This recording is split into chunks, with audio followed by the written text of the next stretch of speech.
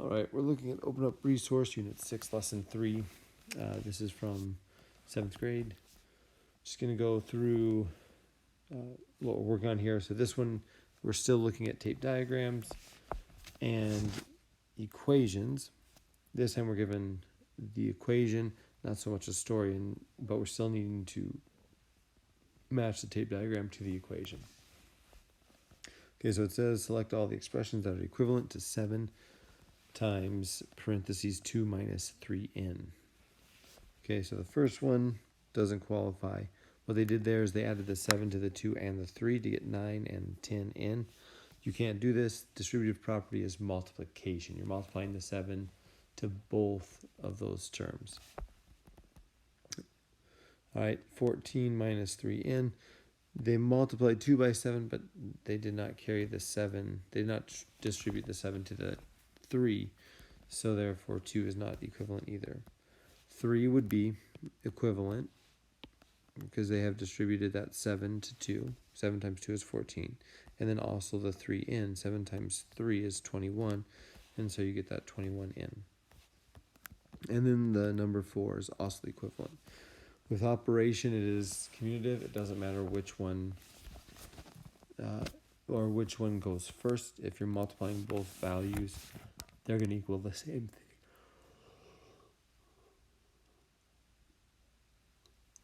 thing. And then the last one is not equivalent. You're multiplying all of the terms rather than subtracting the 2 or the 3n from the 2 and then multiplying that by 7.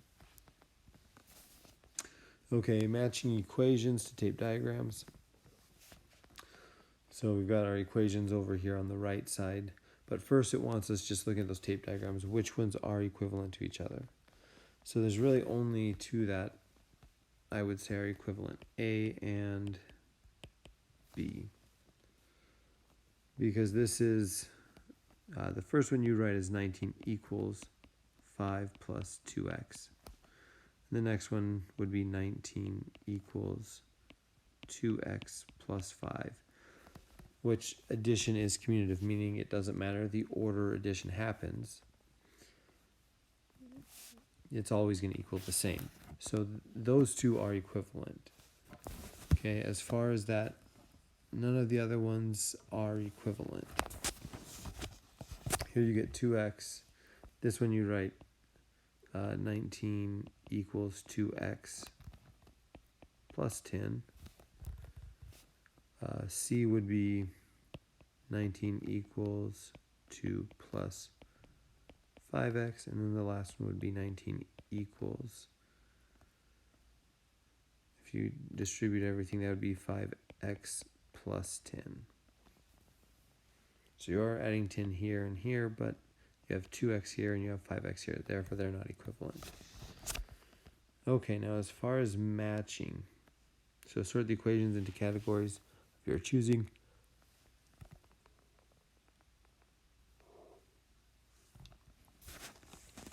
Explain the criteria for each category. Okay, so 2x plus 5 equals 19. That one's going to go with, nope, that one's going to,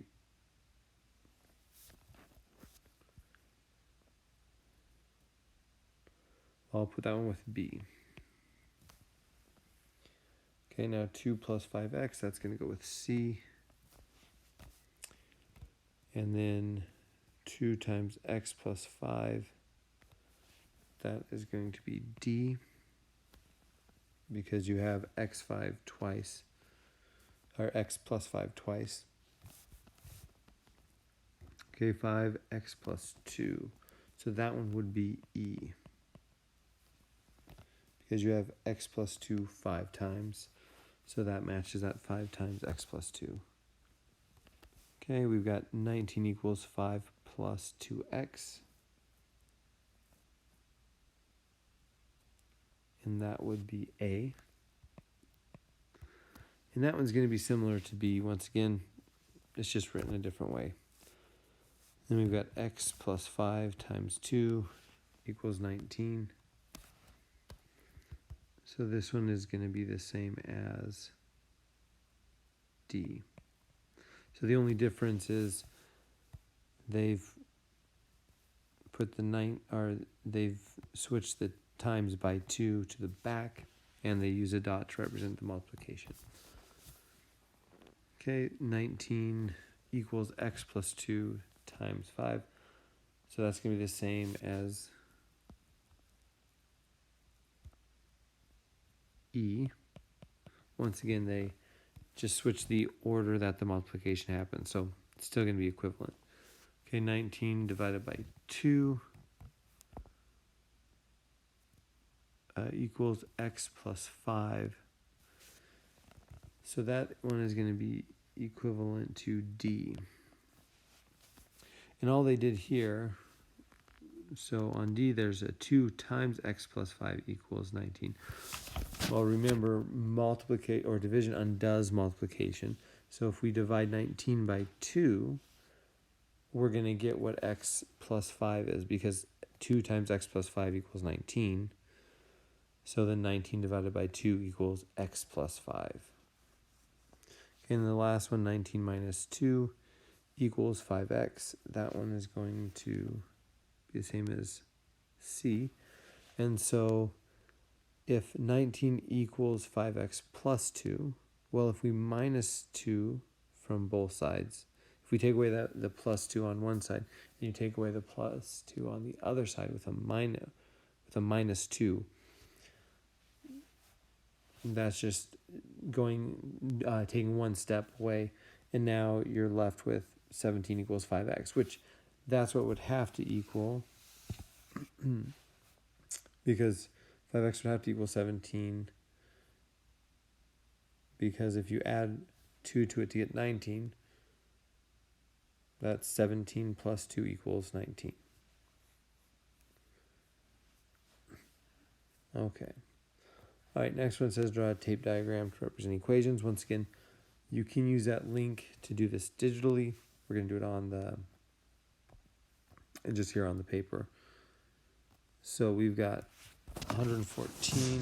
I'm going to write these equations down here. It's equal to 3x plus 18. And then the other one is going to be 114. So 114 equals 3. Y plus 18.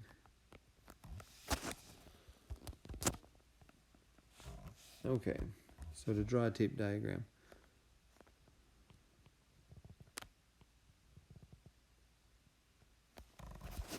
okay, so we know that all together this is going to equal 114.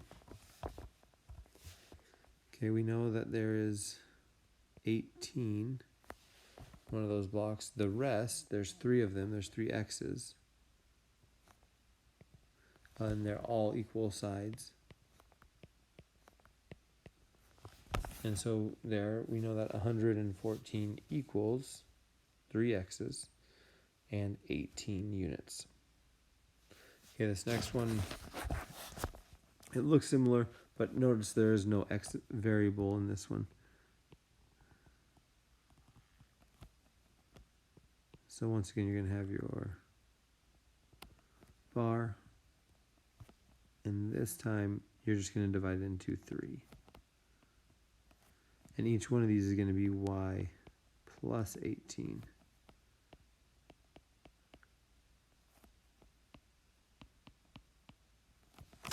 Because that's what this is telling you. You have 3 y plus 18s. Okay, then last it says use any method to find the values of x and y that make the equation true. Alright, so on this first one, we've got 114 equals 3x plus 18. Well, the first thing I'm going to do is I'm going to minus this 18. Now, if I minus the 18 from one side, to keep them equivalent, I have to minus it from the other side. Okay, this is going to leave me with 96, and that's going to be equal to 3x. Okay, last thing, so if 3x is equal to 96, then I have to divide my 96 by 3 to find out which each x equals. So divide by 3, divide by 3. Once again, you do have to divide by 3 here.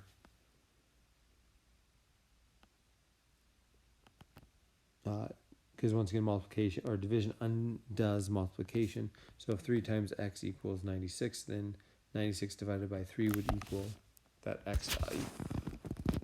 So when you divide 96 by 3, you get x equals 32. Okay, this other one now, 114 is equal to 3 times y plus 18. So now on this one, 3 of those y plus 18 is equal to 114. So first here, I'm going to divide by 3. Because a third of 114 is equal to y plus 18. So a third of that is going to be 38. That is going to be equal to y plus 18. Okay, so if some number plus 18 equals 38, I'm going to minus 18 from that. And that will give me what my y equals. So 38 minus 18, that's going to leave me with 20. Y equals 20. And so there we have, went through and solved. Okay, are you ready for more? I'm not going to worry about going over that one. We're going to jump over here and look at the cool down. It says 3 of these equations belong together. Circle the equation that the diagram does not represent. Then draw a diagram that matches the equation you circled. Okay, so here the drawing diagram shows that 30 is equal to 6 plus 3x's. So that first one matches that. So 30 minus 6 equals 3x's. That one would also work. And 30 equals 3x plus 6. That one also works. So the one that isn't equivalent is this one. Because using the distributive property, you'd have to multiply the x by 3 and the 6 by 3. Well, 3 times 6 is 18. And that's not shown here. So that diagram is going to look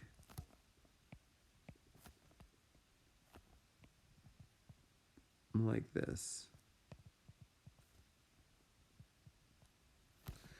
Okay, we know we have 3x plus 6's, so divide this into 3. Those are equal length. They might not be perfectly equal, but for this purpose, they are equal, and then each one of these is going to be x plus 6.